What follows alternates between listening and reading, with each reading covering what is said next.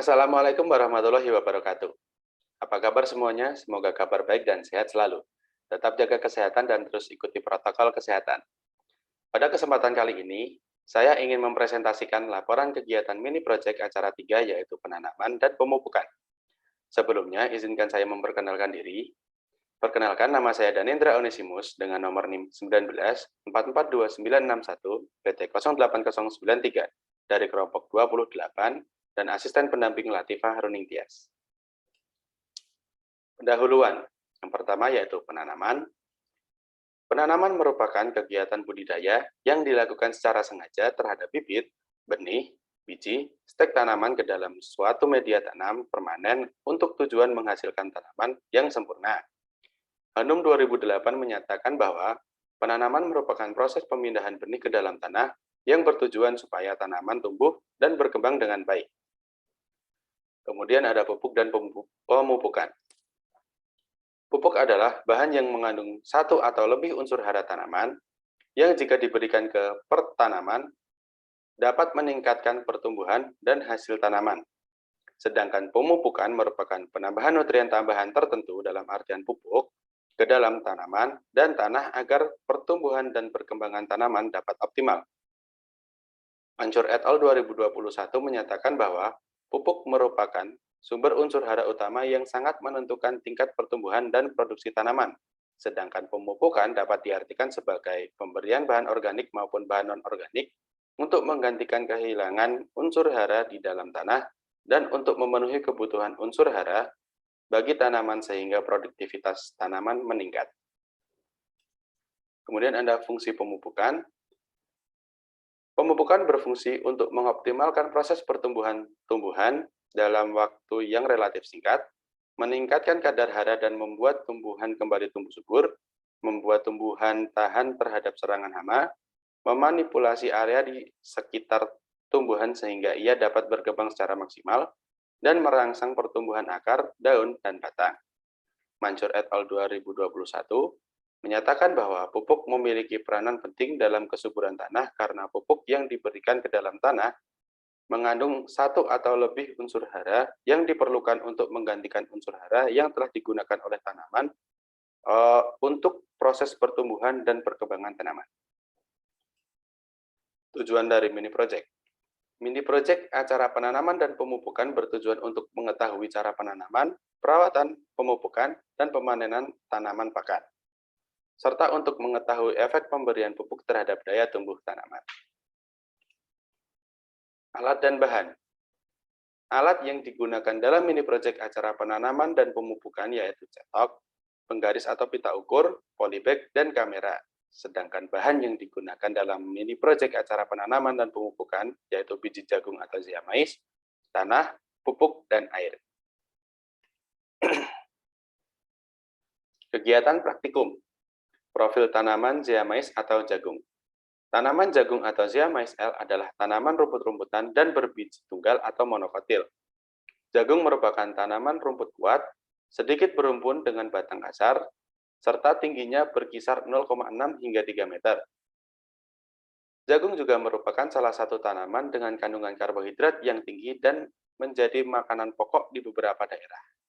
Klasifikasi dari tanaman jagung meliputi yang pertama yaitu ada kingdom dari plantae atau tumbuh-tumbuhan, divisio spermatophyta atau tumbuhan berbiji, subdivisio angiospermae atau berbiji tertutup, klasis atau dari kelas monocotyledon atau berkeping satu, ordo Gramineae atau rumput-rumputan, famili Graminaceae, genus Zea, dan spesies Zea maisel.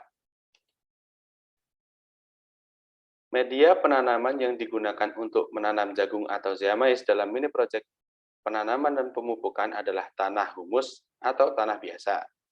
Mini project kali ini, saya tidak melakukan transplantasi tanaman, melainkan saya menanam tanaman jagung dari biji. Biji jagung yang akan ditanam direndam dalam air terlebih dahulu, kemudian dipilih biji yang tenggelam. Biji yang tenggelam kemudian ditanam pada polybag yang telah diisi tanah. Pemeliharaan yang dilakukan yaitu dengan penyiraman polybag menggunakan air secukupnya dengan intensitas penyiraman 2 hari sekali. Terdapat beberapa gulma yang tumbuh di sekitar tanaman jagung, sehingga saya melakukan penyiangan. Pengukuran tanaman dilakukan setiap 1 minggu sekali, dan parameter yang diukur yaitu jumlah daun, tinggi tanaman, dan luas daun. Pemupukan dilakukan dengan memberikan pupuk kandang pada permukaan tanah polybag. Pemupukan yang saya lakukan menggunakan satu jenis pupuk, namun berbeda dosis, yaitu 150 gram pada satu tanaman dan 75 gram pada tanaman yang lainnya. Pemanenan dilakukan pada akhir minggu keempat dengan cara tanaman jagung atau Zeamais diangkat dari polybag dan diusahakan akarnya utuh dan tidak patah. Kemudian diukur panjang tanaman, jumlah daun, dan luas daun. Berikut adalah hasil dari mini project yang telah dilakukan selama 4 minggu yang diletakkan dalam sebuah tabel. Pada tabel tersebut terlihat bahwa pemupukan dilakukan pada minggu ketiga yang dilakukan pada awal minggu. Kemudian hasil dan pembahasan. Yang pertama yaitu pembahasan hasil.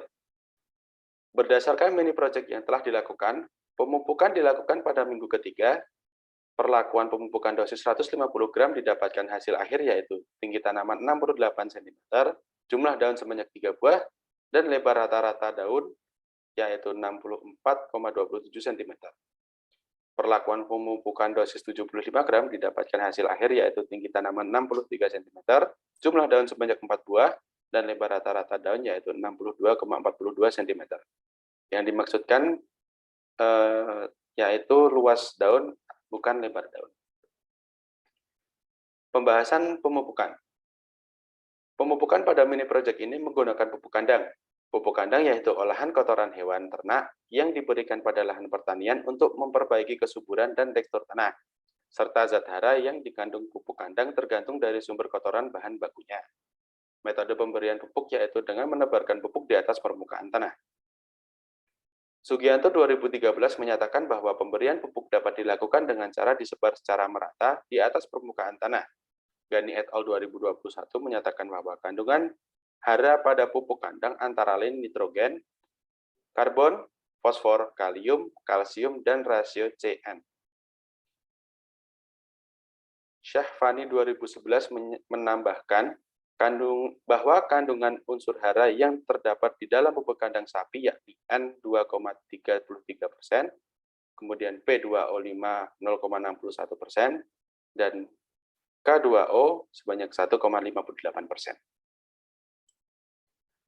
Faktor-faktor yang mempengaruhi.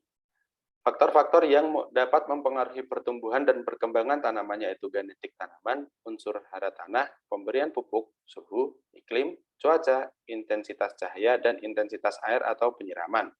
Khususnya jagung atau Zeamais yang merupakan tanaman musim kemarau, sehingga tidak membutuhkan air yang terlalu banyak untuk pertumbuhannya.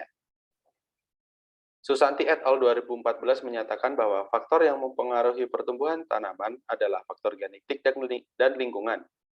Faktor lingkungan terbagi dua menjadi yaitu faktor biotik, yaitu hama, penyakit, gulma, mikroorganisme tanah, dan faktor abiotik, yaitu cahaya, matahari, kecepatan angin, kelembapan udara, curah hujan, dan kesuburan tanah.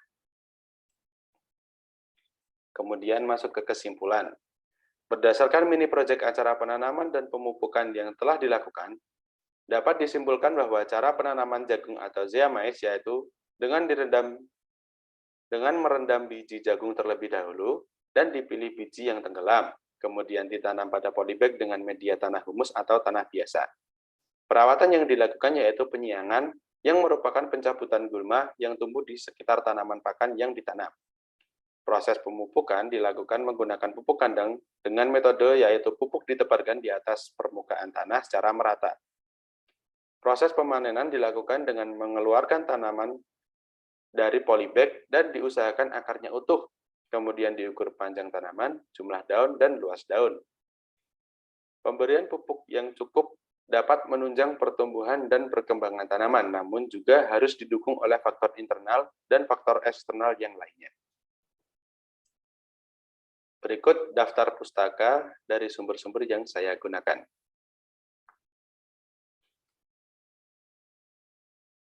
Berikut adalah lampiran dari literatur yang saya gunakan sebagai acuan pemupukan.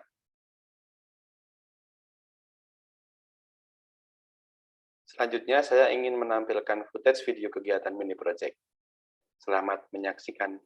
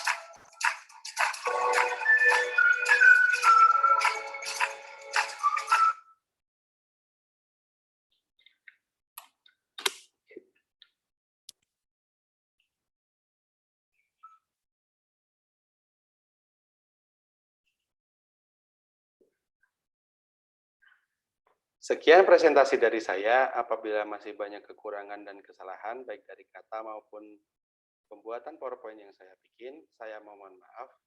Saya akhiri. Wassalamualaikum warahmatullahi wabarakatuh.